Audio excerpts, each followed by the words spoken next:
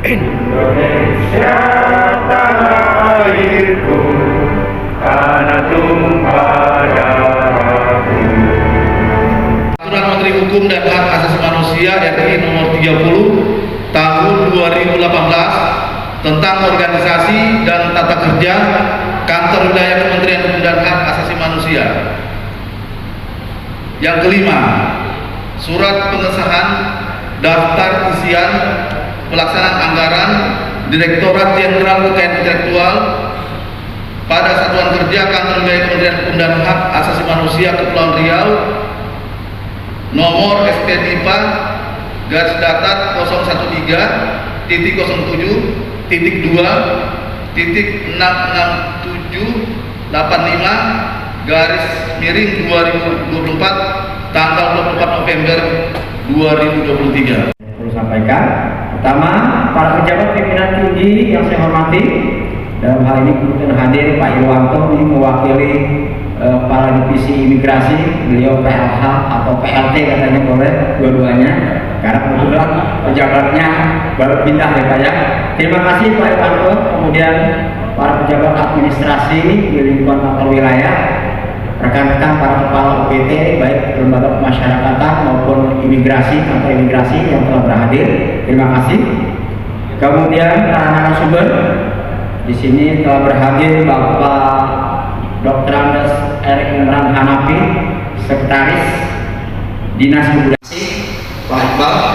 Kemudian juga yang hadir juga tidak kalah pentingnya, beliau ini luar biasa, Bapak Ketua Daerah Dalam, yaitu Bapak Dr. Andes Zam-Zam Akademika. Terima kasih Bapak sudah berhadir untuk menjadi narasumber kita. Semoga acara ini dapat memberikan energi positif bagi kita semua, terutama dalam upaya peningkatan dan pemanfaatan pencatatan kekayaan intelektual komunal di seluruh Indonesia. Hadirin yang saya hormati, sistem kekayaan intelektual memiliki peran yang sangat penting dalam menunjang perkembangan perekonomian dan perdagangan, baik di pusat maupun di daerah. Hal ini tidak dapat dilepaskan dari dunia perdagangan dan investasi. Untuk itu tentunya perlu dibutuhkan perhatian khusus dan komitmen yang tinggi dalam mengembangkan dan memajukan sistem kekayaan intelektual yang memungkinkan setiap orang atau kelompok masyarakat dapat menghasilkan suatu karya untuk mendapatkan pengakuan dan sekaligus keuntungan finansial dari karya yang dihasilkannya. Begitupun di tahun 2023, Kantor Wilayah Kementerian Hukum dan HAM Kepulauan Riau telah berhasil melakukan pencatatan terhadap 17 kekayaan intelektual komunal Kota Tanjung Pinang, Kabupaten Natuna, Kabupaten Bintan, Kabupaten Lingga, dan Kabupaten Anambas. Semoga ke depan akan banyak potensi KIK yang tercatat sebagai identitas bangsa dari kabupaten kota lainnya di Kepulauan Riau, termasuk di kota Batam, Insya Allah Bapak Ibu, selesai kami nanti akan rapor di Bali tanggal 3 sampai 7 September yang akan datang. Menjunjung tinggi nilai moral dan sosial dan budaya bangsa.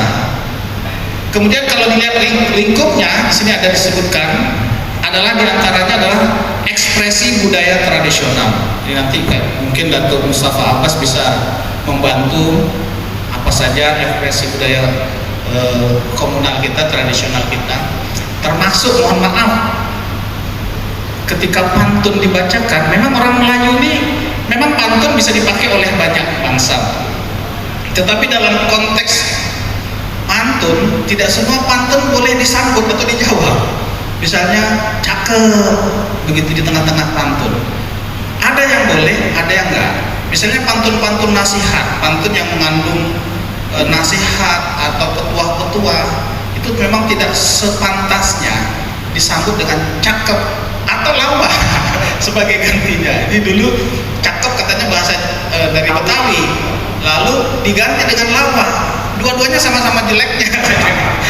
Kalau menurut kami ya, sebagai ini adalah ekspresi kebudayaan tradisional. Barangkali ini juga yang perlu dicatatkan supaya di tempat lain oke silakan, tapi di dalam konteks komunal masyarakat Melayu Kepulauan Riau barangkali ini harus dijaga. Jadi ini sesuai tema yang diamanahkan, kami melihat apa tupoksi di dinas kebudayaan yang bersinggungan dengan intelektual komunal ini. Yang berhubungannya adalah yang BPTB menurut UNESCO adalah berbagai praktik representasi, ekspresi, pengetahuan, keterampilan, serta instrumen, objek atau artefak dan ruang-ruang budaya yang terkait dengannya, termasuk di dalamnya masyarakat, kelompok, dalam beberapa kasus perorangan merupakan bagian dari warisan budaya. Ini pengertian dari UNESCO. Selanjutnya, warisan budaya tak benda itu sendiri ini yang akan kita bahas nantinya. Dan sebagainya yang memiliki nilai ekologis, namun tetap dalam pelaksanaannya menjunjung tinggi nilai moral. Karena memang ada beberapa KIKT yang bersifat sakral. Memang tidak boleh kita otak-atik karena memang dari zaman dulu tidak bisa kita rubah. Namun mungkin bisa dikemas secara baik bagaimana agar meningkatkan potensi orang supaya wah pengen tahu nih acara apa di sini, atau mungkin dari motif yang ada berbeda. Sosial dan budaya bangsa. Oke.